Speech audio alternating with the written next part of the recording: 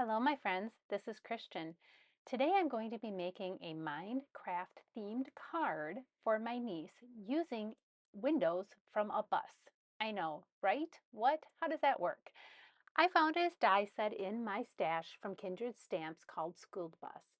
From that die stamp, I cut out a gazillion little windows in multiple different colors to mimic the look of Minecraft. Because I was going to be adhering all these squares to a piece of paper, I cut down a piece of copy paper to the dimensions that I wanted, and I'm grabbing some glue tape to just go ahead and start adhering them. I chose to do the copy paper because I did not want to have that added bulk to my card itself. And then it would be easier for me to cut and adjust if I need to, as you'll see as we go further on in the video. Once I had all the glue tape on my piece of copy paper, I started to arrange my little squares. And I continued to do this for a large section when I realized, this isn't the look I was going for. I don't want to see little white spaces in between every single one of these little junction points. So off they came, just like that. That was the nice thing about using a glue tape instead of liquid glue for adhering these pieces together. Pulling out a piece of Nina Desert Storm cardstock, I'd now made a new piece, glued it all up again, and started to assemble my pieces all over again. I will speed up the video, but first I wanted to show you that you no longer see those little white spaces in between the little squares. I chose to leave this in the video because many times when you see videos by various card makers, you only see the perfect finished product, and that's not how it works. You know that, I know that, but it's nice to see that other people have those same struggles that we do every single day. I know I feel better when I see others have the same issues I do. So now I got all my little squares in place. It was time to start making my sky. For the sky, I just took a piece of scrap paper, as you can see, die cut from some other random card I made, and I'm going to adhere that to the top of my panel. Each of us has our favorite type of adhesive. Liquid glue is my favorite type of adhesive because I have trust issues with glue tape. So I'm using my handy nifty difty little Trinity Stamps bone folder for ergonomic correction because I have arthritis, so it works really well for me to do my folds. I'm using that tool to burnish those little squares in the sky to the piece of paper so that I know that there is a complete adhesion and that those little squares aren't going to pop off. I trimmed up my scene, but needed to cut out some more things. So I pulled out a die from Simon Says Stamps, the Happy Bee Day, ignore the other portion, whoops, from Simon Says Stamps, and I'll cut that out of white cardstock. I'll also cut out all kinds of little squares for the clouds. With my die cuts at hand, I was going to start doing my cloud adhesion. I did utilize a glue press because again, I have arthritis and the glue press really helps me with being able to do that squeezing motion. So if you are someone who has some hand issues, this may be a tool that is actually beneficial. It does cost a little bit, but you can get more use out of your hands. It's a big benefit for ergonomics and being able to utilize your tools that you have at your fingertips. The clouds were placed hanging off the sides of the card to give it that look of a continuous scene. I was on the struggle bus this day and I had glue stuck to my fingertips, and every time I would try to adjust my little cloud, it would stick to my finger and then it would go one way and then I'd get mad and go the other way. So then, oh, I'll get out my tweezers, that'll help. No, because I still did not take care of the problem, which was the glue on my fingertips.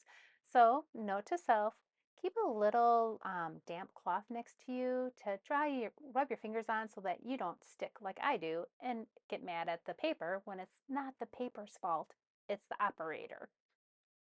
With the magic of editing, I blew past that continued frustration of the glue on their fingertips, which I did not address. I finally had my panel set up, but I wasn't digging the white lettering of the happy birthday. I felt like it got lost and it didn't really stand out and reflect the colors of the card theme that I was going with.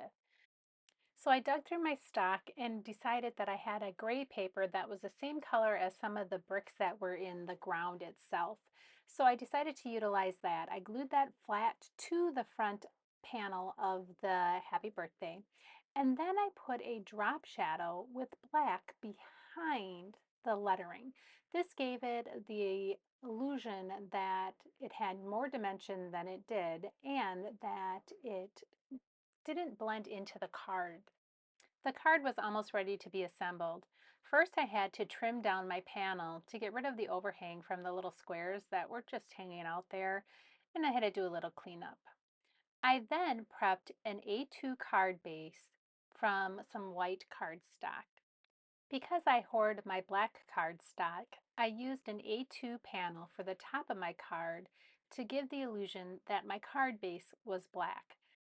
The downfall to doing this process is that I do not cut my A2 card blank, that black piece of paper, with a die cut. I just randomly cut it on my trimmer, and sometimes I don't trim the best. So you'll see there's this little white ledge on the bottom.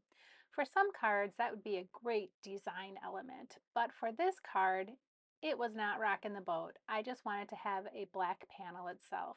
The key to cutting with a craft knife is to do this in layers. So doing one small slice at a time and doing it lightly and continuously scoring through. And then all of a sudden you'll be through all the layers and it just pops off. And then you don't have those extra little pieces or those semi-cuts or any fray that occurs when you are using a craft knife to do some cutting. I find that this is the easiest way to, one, get rid of that white that was unintentionally left there because I can't measure. I'm awesome like that. And it makes your card look a little more polished because it has that line included in it.